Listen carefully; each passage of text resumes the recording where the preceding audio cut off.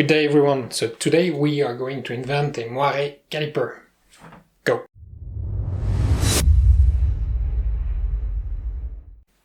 Building stuff usually involves a lot of measuring stuff, so today we are going to invent a measuring gizmo that we can use whenever we are building stuff with 3D printing. The type of measurements that we are most interested in is the distance between 2 points on the surface of an object. So technically, the specific word for what we are trying to build is caliper. Pretty much every single workshop will have at least one caliper. And I'm guessing if you already have a 3D printer, CNC machine, or even just a tiny wood chipper, you probably have already your very own caliper. Doesn't matter what we'll be working on here today. Will also be a building block for some of our future projects, so keep on watching. So for 3D printing, these are by far the most popular types of calipers. The vernier caliper. I'm not going to explain how it works, but it will look a bit familiar once you reach the end of this video.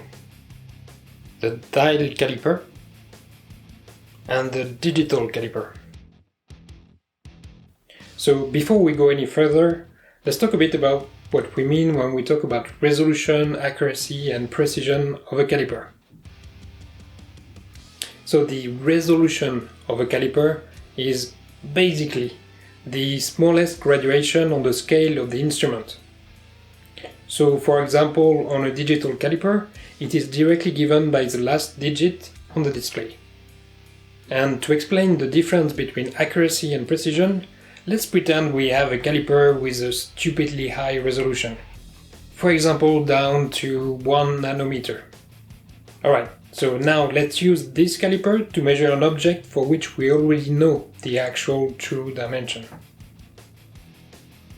If we measure that object over and over again with our caliper, we are going to get slightly different results every single time.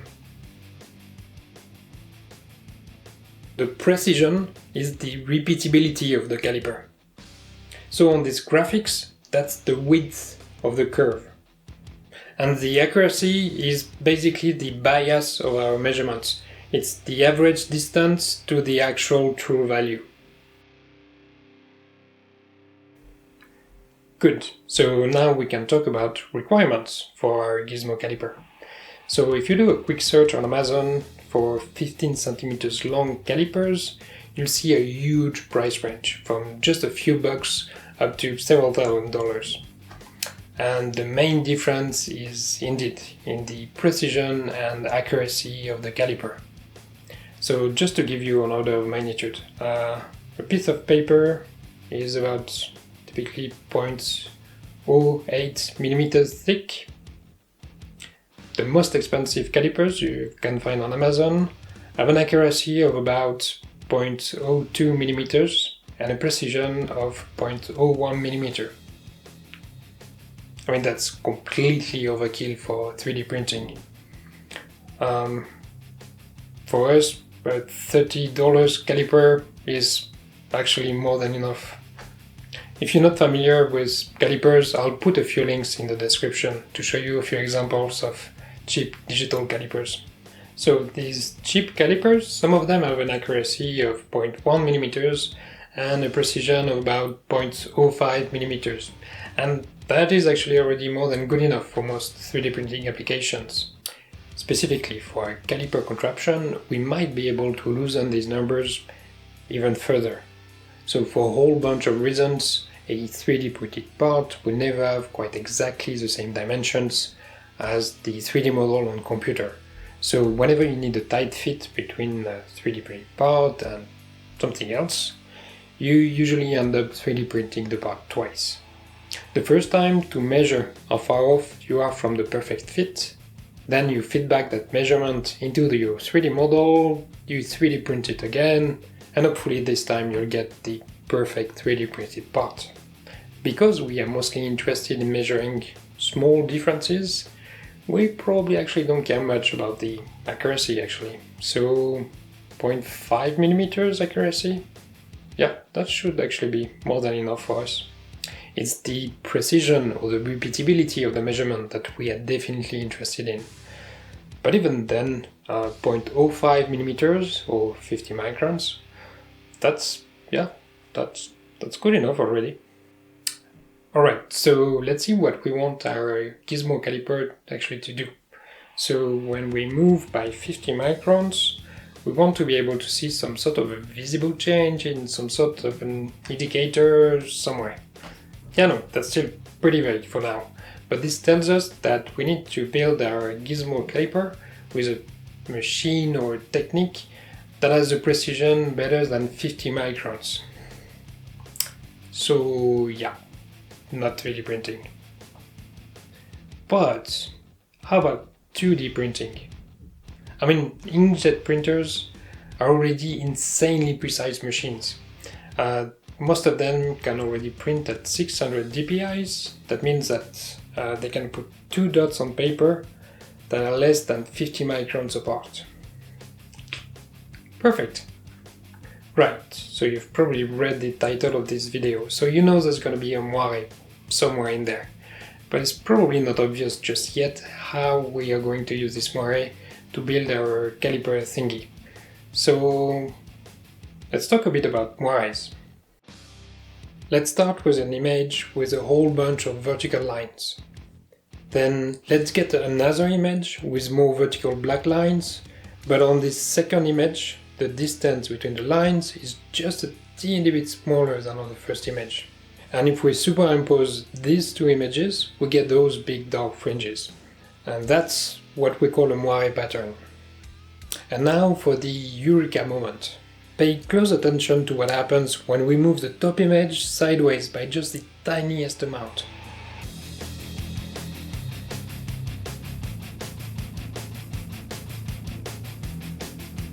Ta-da! We've just found a way to amplify a tiny translation into a very visible movement. We still have a bit of an issue though. Compared to the periodicity of the moire pattern, these dark fringes are still quite large and blurry, so they wouldn't be very precise actually. So to improve on the resolution, we will need much thinner fringes. So let's tinker a bit with the parameters for our two images. As I mentioned, the distance between the black lines on the second image is a few percent smaller than on the first image. That's going to be our first parameter.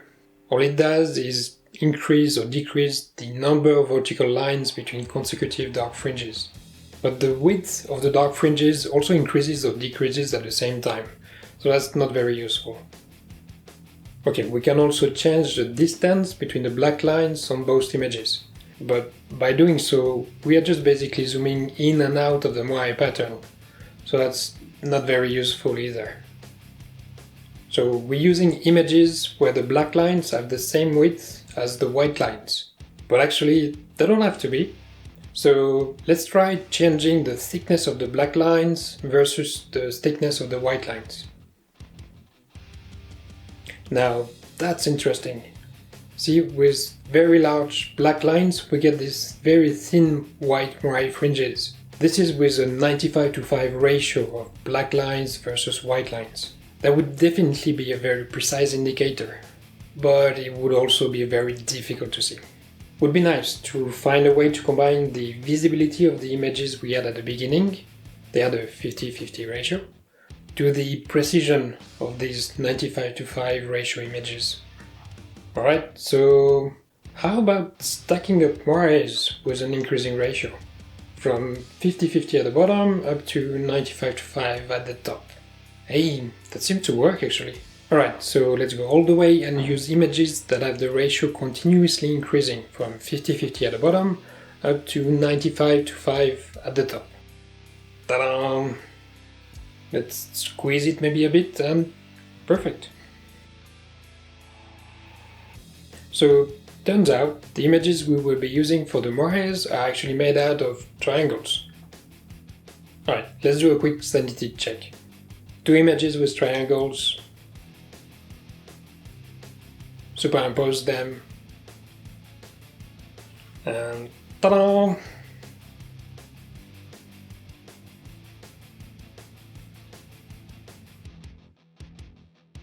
And this is what we are going to build. So for the 3D model, I used a nifty piece of software called Design Spark Mechanical, and I generated the images with just a few lines of code in Python. Yeah, really nothing fancy. It's just the triangles we discussed before, with a few lines here and there to help with the alignment.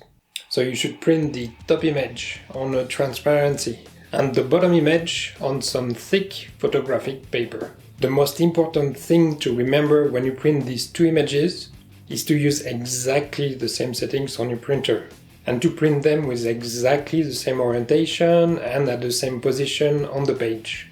I really cannot stress this enough. A 2D printer is very precise, but it's not amazingly accurate. So when you print an image, it will always be very slightly distorted.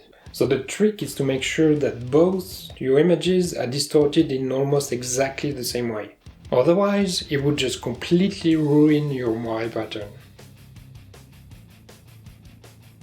So first, we need to align and glue the transparent image onto the frame.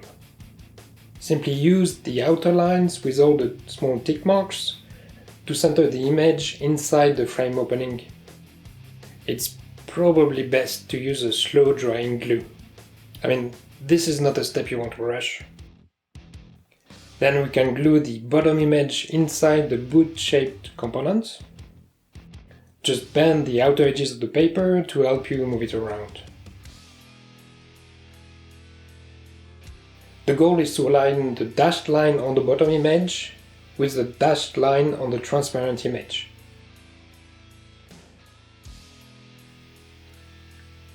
Again, slow drying glue is your friend. Remove the excess paper.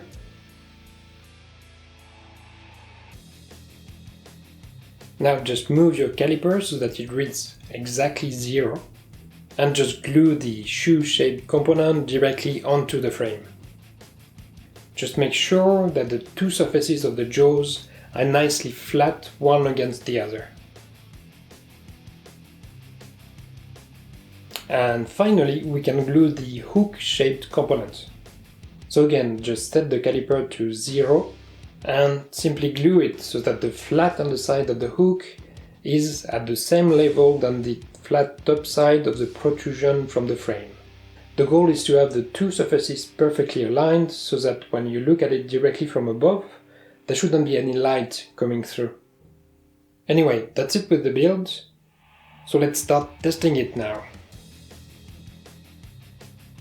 Alright, so before anything else, let's see if the Moire indicator is indeed indicating anything.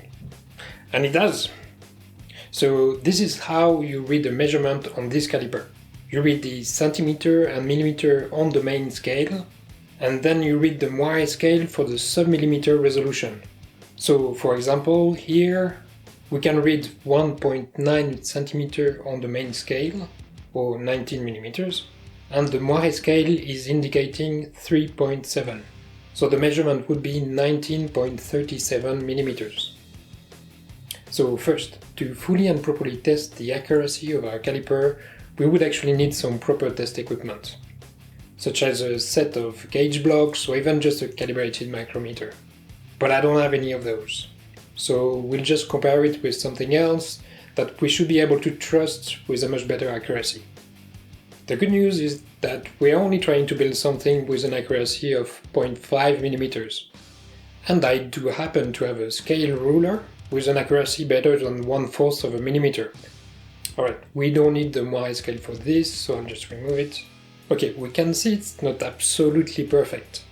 When the 0 centimeter marks are perfectly aligned, there is still a small gap between the 10 centimeter marks from each scale. But that gap is much smaller than half a graduation on the metallic ruler, so it's smaller than 1/4 of a millimeter. Meaning that yes, our caliper has an accuracy better than 0.5 millimeters. Alright, so let's test the precision of our caliper now. So for this, I just used an old smartphone. And to do this, we are going to measure the same object over and over again, and then have a look at how scattered our measurements are. And I measured it 100 times with the Moire Caliper. Yeah, if you have a 3D printer, this will most likely feel very familiar. 3D printing a case for your phone usually involves a lot of measuring your phone at every single iteration. So these are all the measurements. So the average is 58.505 millimeters, and 95% of the measurements are within about plus or minus 0.05 millimeters. And that's pretty much what we were aiming for. So, perfect. Some of the nice features of this caliper are that there is no backlash, no hysteresis, and it is much easier to read than a vernier caliper. Alright, so we've done it. We have invented a whole new type of caliper, and we have a working prototype. Now, this was mostly meant as a proof of concept. I mean, these 3D printed parts are not very stiff at all. There is a good reason why most calipers are made out of metal. But I've open sourced all the files, so if you want to go and improve on it, go bonkers. On Thingiverse you'll find the 3D models and the 2 images for this caliper. And if you want to tinker with more images, you can go to GitHub. I've uploaded a short Python script that I've used to generate these Moire images. You don't really need a 3D printer to start playing with Moires, so I won't be selling any Moire Caliper kits, but you can still find some digital sundials over at mojoptics.etsy.com. Now, just like with the digital sundial, I have an open question. Vernier calipers have been around since the 1600s. The manufacturing of Moire images shouldn't be very different from that of vernier scales. So, are we really the first one to build a Moire caliper? Why haven't we seen those around before? Next video will be out next month. I already have a working prototype, so I just need to prepare the video. So yeah, a few weeks. So, subscribe.